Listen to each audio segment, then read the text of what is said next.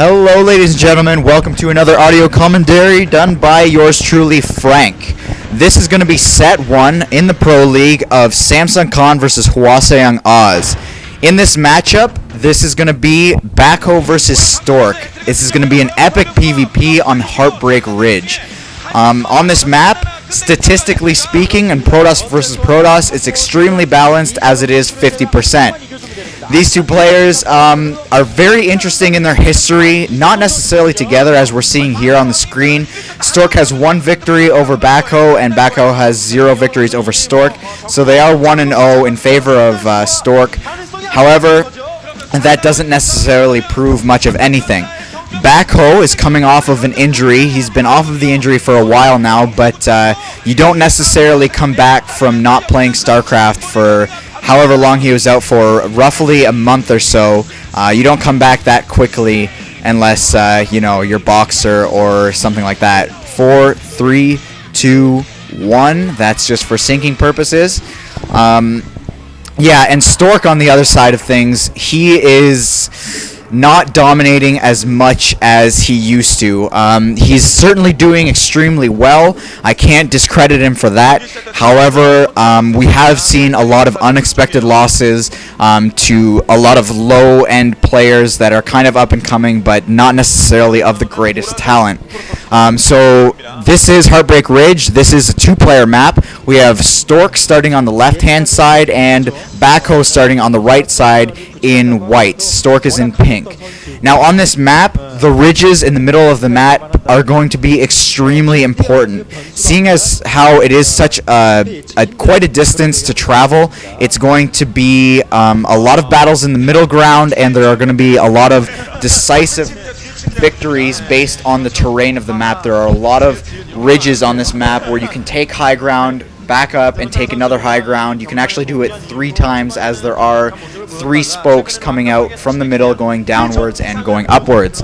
So we could see a lot of battles decided completely based on the high ground and the mischance that the Dragoons have. I've been doing a lot of research on this map, and the tank advantage of having tanks on the top of the ridge actually isn't as great as having Dragoons on the top of the ridge, seeing as in Protoss versus Protoss, there's definitely a lot better of an advantage if you have the high ground than in a Terran versus Protoss or some kind of Terran map, or Terran matchup rather. Okay, so we do have both of these players going for a very standard opening. Both players are now scouting. Backho has a scout out a little bit sooner than Stork. It's not going to make that much of a difference.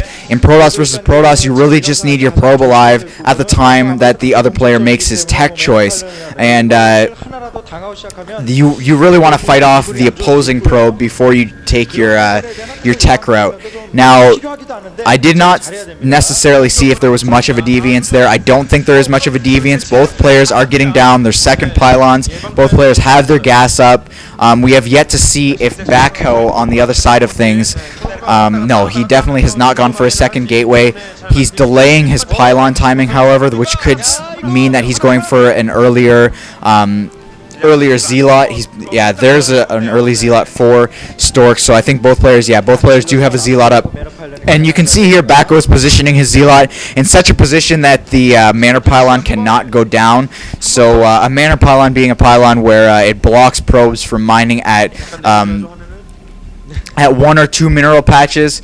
So you really want to stick something in the way there. There's such a thing as an anti-manor pylon where you throw down a pylon so another pylon can't be built, and it's this whole flurry of pylons wanting to do battle with each other, and it's pretty messy. Does not end up to be the nicest situation, but regardless, we have both players just running their probes away from the Zealot. This is pretty typical stuff, and if I could read Korean, I'm sure that would say Backho is going to GG to Stork. But however, like I was saying in the beginning of things, we definitely cannot make any presumptions about this matchup. Backho has been winning and losing just as much as Stork has, and Stork has been losing a lot more than we expected. However, Stork is definitely a dominating force in PvP, and Backho was also a dominating force when he was around. We still have yet to see what Backho is capable of in this kind of situation here, seeing that he is facing the great Stork. Now, Stork and Backho have their timings pretty much at the exact same time for the Dragoons. The probe for Backho here is running away, and both players are getting the range upgrade, as we can see the core spinning. So, and a robotics facility is now going down for Stork, seeing as how he has chased away that probe, and a robotics facility on the opposite end for Backho. I believe that Backho has killed the scouting probe of Stork, so he was definitely capable of getting up his robotics facility at the exact same time as Stork. Now it looks like Stork is sending down a probe here, probably going to mine out these mineral patches here. It seems like both players are setting up pylons in positions where they can do some extra scouting with these neutral buildings here, just to make sure. Stork really wants to see. Yeah, actually, Stork has gotten excellent timing on this pylon here, as Backho was going to start mining out that mineral patch. If you mine out that mineral patch, you can stream units into the back of the expansion area, and it does look like both players are going to attempt to set up an expansion at this point in time. Both players do have 2 gateways down. There is a robotics facility on both sides also. Now it looks like Backho's going to try to set up a pylon here also, just to make sure that Stork on the opposite end does not try to mine out that mineral patch there and allow himself the capability of streaming in units to the back of Backho's base. That is definitely not a situation you want to be in. And now we see here that Stork is going for the robotics support bay, which is an interesting tech choice if Backho on the opposite end has not gone